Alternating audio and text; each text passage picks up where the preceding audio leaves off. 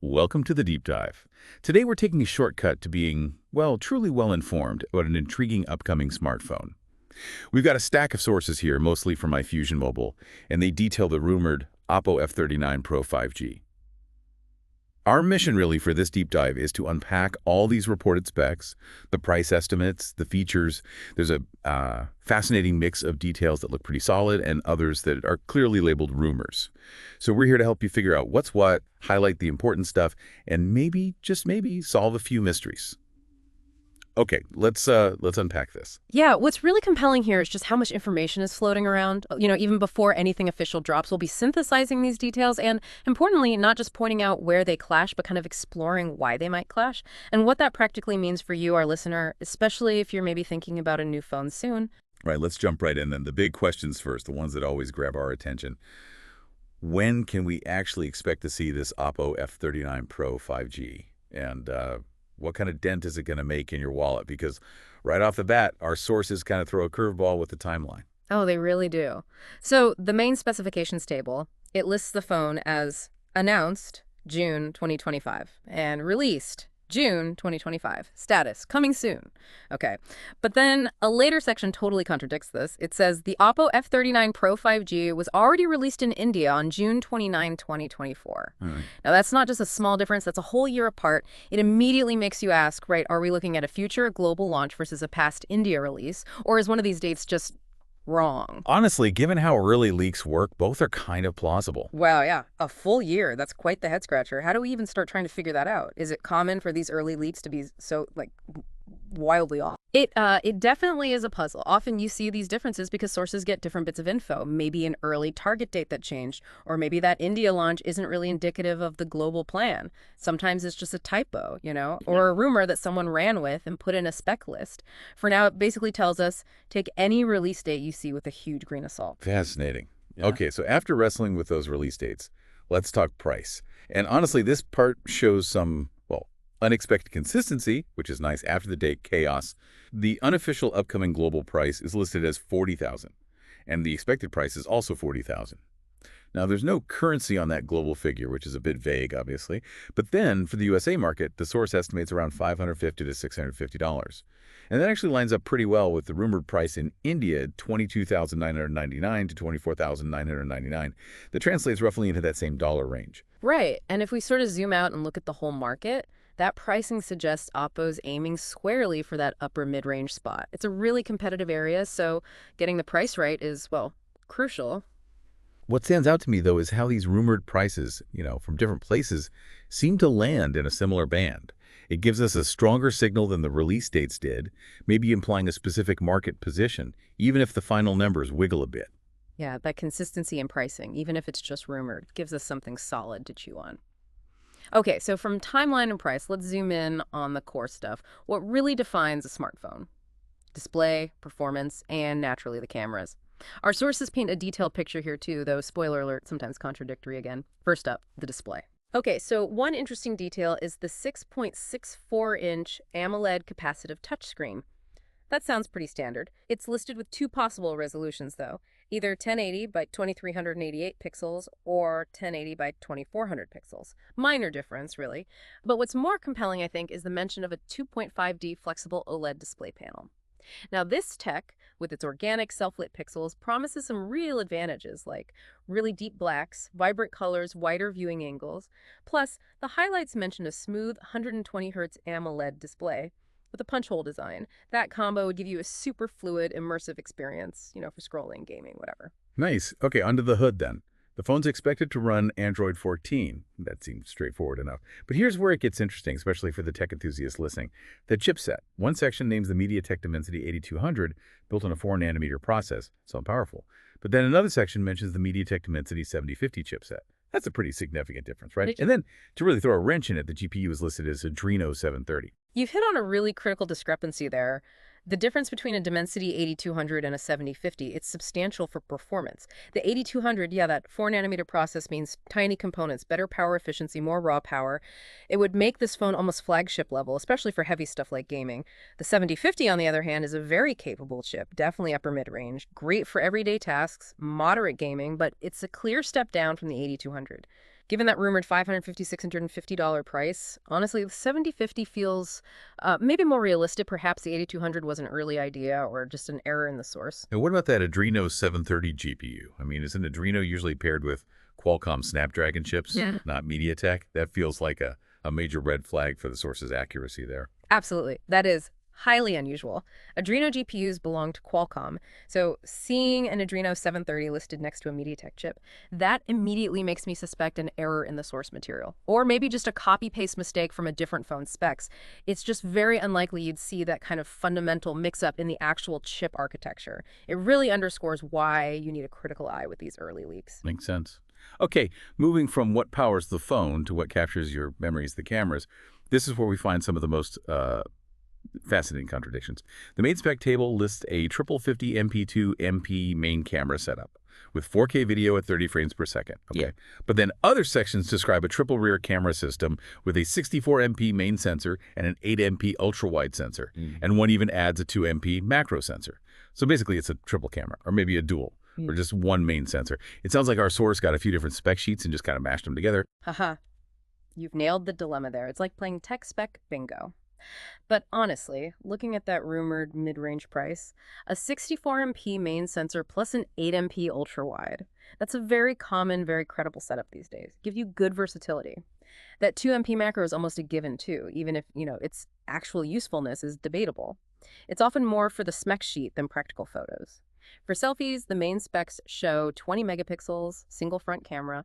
Other rumors push that up to a more powerful 32 megapixels. Both, interestingly, mention 4K 30fps video, 1080p 30fps, and crucially, gyro EIS for that selfie camera. Right. And for those of us maybe not familiar, what exactly does gyro EIS mean for our selfie videos? Why is that crucial? Good question. So gyro EIS stands for electronic image stabilization, using the phone's gyroscope. It basically detects your hand movements using the gyro and then digitally smooths out the video recording. So your handheld footage looks much less shaky, much more professional, even if you're, say, walking and talking to the camera. These different details, even with the conflicting megapixels, they do give us a sense of Oppo's photographic ambitions for this phone. Gotcha. Okay, memory then. RAM. The sources again gives a few options. 8 or 12 GB of RAM in one spot, then just 8 GB noted in the highlights, and even 6 GB mentioned in the memory section. Confusing. Internal storage, though, interestingly, is consistently listed as 128 GB. Yeah, and for our listeners who really push their phones, the difference between 6, 8, and 12 gigs of RAM is huge, isn't it? It dictates how many apps you can juggle at once, how smoothly it handles demanding stuff. If you're a heavy multitasker or a serious mobile gamer, that 12 GB rumor is definitely appealing. 6 GB honestly would feel like a compromise for a phone supposedly in this price range. Yeah. It's also worth noting while the spec sheet says no card slot for expansion, there are rumors of maybe a 256 GB storage option being available, perhaps in certain markets, which would give you more flexibility for all those photos, videos, apps. Right. And battery capacity. Another area with two different numbers popping up. We see 4,400 mAh LiPo in the main table, but then elsewhere a generous 5,000 mAh battery is highlighted, along with 67W fast charging. The main table also mentions 33W wired charging, so which is it, 4,400 or 5,000, 33W or 67W. Well, stepping back for a second, both 4,400 and 5,000 mAh are pretty substantial capacities. Either should get you through a full day pretty easily, but that charging speed difference, that's quite significant. 67-watt fast charging is remarkably quick. We're talking maybe empty to full in well under an hour. That addresses a really common pain point for smartphone users waiting for your phone to charge. Now, 33 watts is still decent, don't get me wrong, but 67 watts would be a very noticeable upgrade for those quick top-ups during the day. Given the trends, in this mid-range market, that larger 5,000 mAh battery and faster 67W charging, they're becoming more common and would definitely be a strong selling point. Makes sense. Okay, beyond the core specs, battery, camera, processor, what about the phone's physical design? How it looks and feels and how it connects to the world? Right, the physical stuff. It's described as having dimensions of 163.6 by 75.5 by 8 millimeters and weighing 192 grams. Pretty standard size and weight.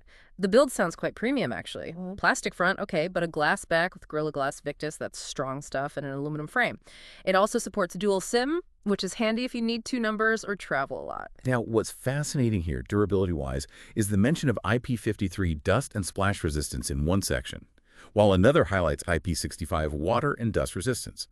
That second number, the 55 in IP65, that's the key difference, isn't it? Oh, absolutely. It's a critical distinction for how tough the phone is. That IP rating ingress protection tells you how well it's sealed against dust and water. First digit is dust, second is water. So IP53 means some protection against dust and only against water spray. Think light rain, maybe. But IP65, that means it's fully dust tight, that's the 6 foot, and it can withstand low pressure jets of water, that's the 5. So if that IP65 rating is accurate, it means a much more robust phone. You could probably use it in heavier rain without worrying too much. Big difference.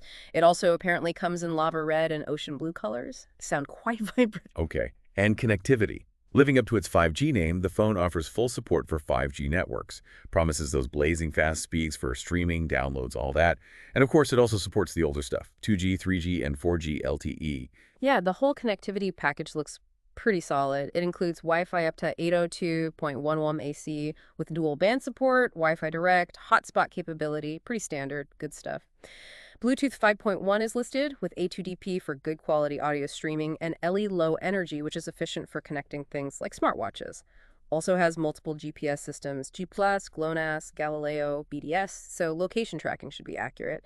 And NFC is there too for contactless payments and easy pairing. What seems to be missing, though, are FM radio and an infrared port. Some people might miss those, but they're less common these days, especially on higher-end phones. Got it. And sensors. The phone's equipped with a range, including that under-display optical fingerprint sensor, which is nice, plus accelerometer, gyro, proximity sensor, and a compass. Standard suite, really. Exactly. Those sensors enable all sorts of things, from securely unlocking your phone to motion controls in games, accurate navigation, screen rotation, all that background stuff you rely on. The source also mentions, rather obviously, that it has messaging and a web browser. But weirdly specific, no Java support. That's mostly irrelevant for modern phones, but it just highlights the kind of odd details you find in these spec dumps. Huh, yeah, blast from the past there. Okay, finally, the source tells us the Oppo F39 Pro 5G is designed and manufactured by the Chinese company Oppo Electronics Corporation. No surprise there. And it also provides an hour rating section. The individual scores look amazing, 9 out of 10 for design, display, camera features, connectivity, usability, performance, and battery. Pretty much perfect across the board. But then it concludes with 610 based on your selection, which leaves you wondering, where did that lower score come from? It's pretty ambiguous. Yeah, that is quite the drop, isn't it? From almost perfect scores down to a 6 out of 10 overall. That phrasing, based on your selection, makes me think it might be like a dynamic rating on the source website itself. Maybe it factors in user input or some kind of subjective filter they apply rather than just being a straight editorial score. It's just a good reminder that ratings, especially unofficial ones you find online, can have a hidden subjective element. Definitely. Okay, so we've taken a pretty deep dive into this rumored Oppo F39 Pro 5G. We've sifted through the exciting features, the promising specs, and also the sometimes confusing and conflicting details in our sources. From that potential 120 hertz AMOLED display and those powerful camera systems to the different numbers for RAM and battery, it's clear this is a device to keep an eye on, especially in that crowded mid-range market. And if we connect this back to the bigger picture, how phones are launched, it really highlights just how dynamic and, frankly, messy the information flow can be before an official announcement. Knowing about these potential discrepancies, is it a regional launch versus global? Was that spec from an early prototype? Is it just a flat-out rumor? Knowing this stuff helps you approach any new tech announcement with a much more informed, more critical perspective. So what does all this mean for you listening right now? Well, understanding these nuances, the differences in reported specs, the gap between rumors and official facts, it can be incredibly valuable as you navigate the tech world and try to decide what information you can actually trust. We really hope this deep dive has given you a clearer, maybe more realistic picture of the rumored Oppo F39 Pro 5G and just the general landscape of pre-release phone info. And as you consider this potentially powerful new device, maybe mull this over, given this blend we've seen of promising specs tangled with conflicting information, what single piece of verified information about an upcoming smartphone would be the absolute most crucial thing for you to know before making any kind of decision? Is it the final processor, the exact price, or maybe just pinning down that official release date, something to think about?